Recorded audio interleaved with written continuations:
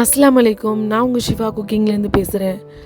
இன்றைக்கி நம்ம என்ன ரெசிபி பார்க்க போகிறோன்னா கார்லிக் பொட்டேட்டோ ரைஸ். இது டேஸ்ட்டு சும்மா சூப்பராக இருக்கும். இதுக்கு சைட் டிஷ் எதுவுமே தேவையில்லை. இதில் இருக்கிற உருளைக்கிழங்கும் இந்த பூண்டோட ஃப்ளேவரை வச்சுட்டு நம்ம சூப்பராக சாப்பிட்றலாம்.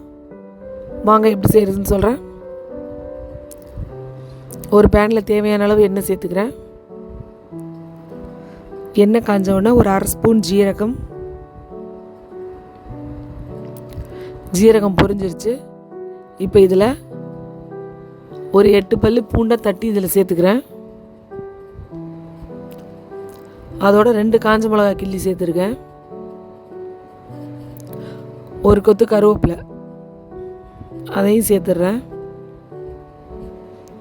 எல்லாத்தையும் நல்லா மிக்ஸ் பண்ணி விடுங்க. பூண்டு கொஞ்சம் கலர் மாறி வரணும். இப்போ பாருங்கள், பூண்டு கொஞ்சம் வெந்து கலர் மாறிடுச்சு. இந்த டைமில் நம்ம நறுக்கி வச்சுருக்க உருளைக்கிழங்கு இதில் சேர்த்துடலாம். உருளைக்கிழங்கு ரொம்ப சின்ன சின்னதாக கட் பண்ணிக்கோங்க. அப்போ தான் அது நல்லா எண்ணெயிலே வெந்து வரும். இப்போ இதில் ஒரு ஸ்பூன் மிளகாத்தூள், கொஞ்சமாக பெருங்காயம், தேவையான அளவு உப்பு,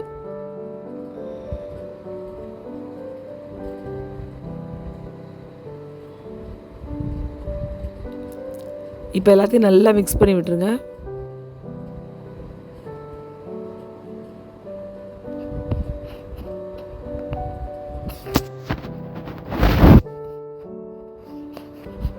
இதில் தண்ணிலாம் எதுவும் சேர்க்கக்கூடாது. ஒரு மூடி போட்டு மூடி வச்சுருங்க, நல்லா வேகட்டும். இந்த உருளைக்கிழங்கு அந்த பூண்டோடு சேர்ந்து வேகும் போது ஃப்ளேவர் சூப்பராக இருக்கும். நீங்கள் உங்கள் வீட்டில் செய்யும் போது உங்களுக்கே தெரியும் எவ்வளோ வாசனையாக இருக்குன்னு. இன்னும் கொஞ்சம் உருளைக்கிழங்கு நல்லா வேகணும். உருளைக்கிழங்கு ஃப்ரை ஆகி வர வர வர அந்த பூண்டும் சேர்ந்து ஃப்ரை ஆகி வந்துடும். இன்னும் கொஞ்சம் நேரம் மூடி வச்சுக்கிறேன். இப்போ பாருங்கள், உருளைக்கிழங்கு நல்லா எப்படி அழகாக சூப்பராக வெந்து வந்துருச்சுன்னு. அந்த பூண்டும் சேர்ந்து நல்லா ஃப்ரை ஆகிடுச்சு பாருங்கள். இந்த டைமில் உப்பு காரம்லாம் நீங்கள் சாப்பிட்டு டேஸ்ட் பண்ணி பார்த்துக்கோங்க. எனக்கு எல்லாம் கரெக்டாக இருக்குது. இப்போ நான் 1 கப் சாதம் எடுத்து வச்சுருக்கேன், அதை இதில் சேர்த்துட்றேன். இப்போ எல்லாத்தையும் நல்லா மிக்ஸ் பண்ணி விட்டுடுறேன். இதை நீங்கள் மத்தியானம் வடித்த சாதத்தில் செய்யலாம், இல்லை நைட்டு மீதமாக இருக்க சாதத்தில் கூட செஞ்சு சாப்பிட்லாம். இதுக்குன்னு நீங்கள் ஒரு சைட் டிஷ்லாம் தேட தேவையில்லை. இதை மட்டும் வச்சுட்டே சாப்பிட்றலாம், சூப்பராக இருக்கும். நல்லா மிக்ஸ் பண்ணிவிட்டேன். கடைசியாக கொஞ்சம் கொத்தமல்லியை தூவி அடுப்பு ஆஃப் பண்ணிடலாம்.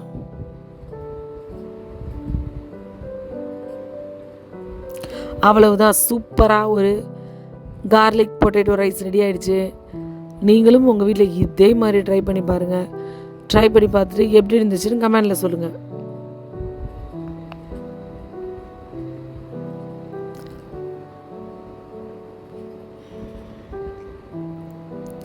என்னோட இந்த ரெசிபி உங்களுக்கு பிடிச்சிருந்துச்சுன்னா என்னோடய சேனலை லைக் பண்ணுங்கள், ஹைப் பண்ணுங்கள். மறந்துடாமல் என்னோட சேனலை சப்ஸ்கிரைப் பண்ணுங்கள். சூப்பர், சப்ஸ்கிரைப் பண்ணுங்க. தேங்க்யூ.